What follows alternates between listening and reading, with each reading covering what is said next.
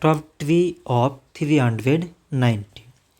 So 390, it can be written as 2 times 195.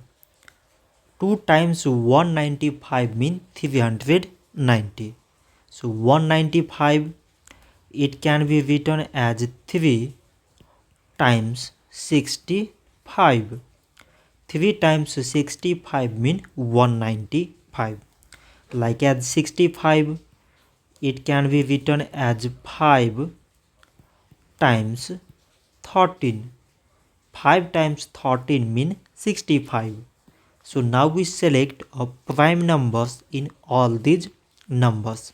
So prime numbers we have 2, 3, 5 and 13.